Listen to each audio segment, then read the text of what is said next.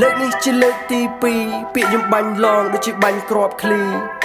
លើកនេះជាលើកទី2ពួកពឹងពាក់ប្រយ័ត្នពោះក្បាល2លើកនេះជាលើកទី2លើកទី1គេសុំជំនួយ CG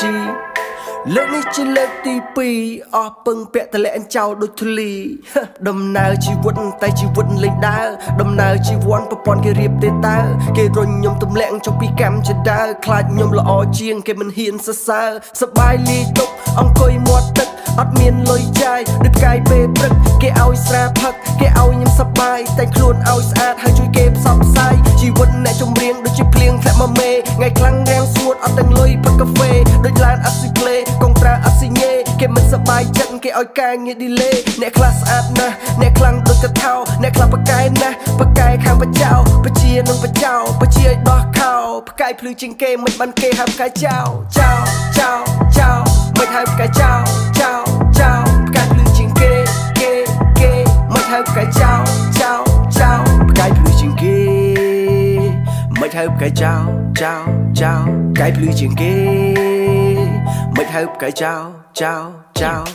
គេថាជន់ដើរបើឡើងកាន់តែខ្ពស់បីសាច់មានជួសមើលឃើញយើងកាន់តែច្រើនពីមុនអត់អីតែលើមានឈ្មោះដូចជាមានគ្រោះព្រោះសត្រូវកាន់តែកើនព្យាយាមរើណាស់មិនឲ្យគេខ្សែលើមិនចង់ជាអ្នកជំរាបរំពឹងតែលើ sponsor ខ្ញុំប្រកាសសេរីភាពហើយនឹងភាពស្មោះត្រង់ដែលតាមគំនិតខ្ញុំទោះបីចង់ឬមិនចង់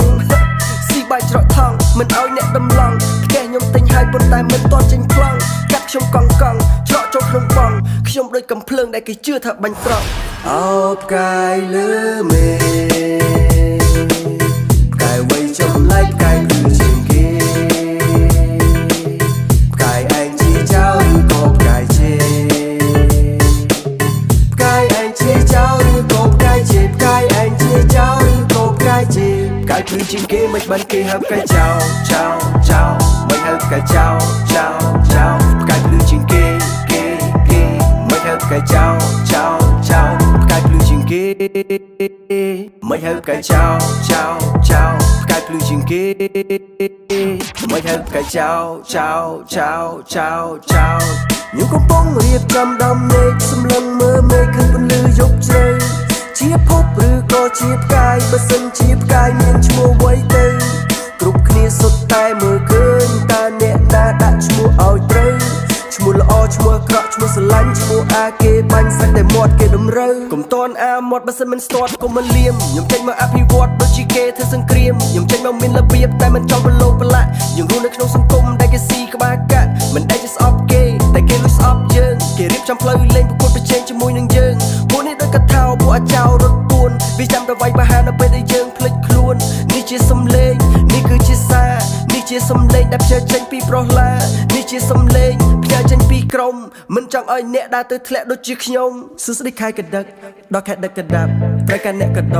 ពួកអាចោមកដាប់វាមិនមែនកដលតែវាជាកដោវាចង់ធ្វើកធុនតែវាជាកថោជុំមកថោកទៀបស៊ីលើស៊ីក្រោមទីគេចាប់ហែកឯងចេញពីចកោមនេះគឺជាពពេដែលគេទៅដោះសោនេះគឺជាសំឡេងចេញពីបាត់ផ្កាយចោចោចោមិនហៅផ្កាយចោចោចោផ្កាយភ្លឺជាងគេ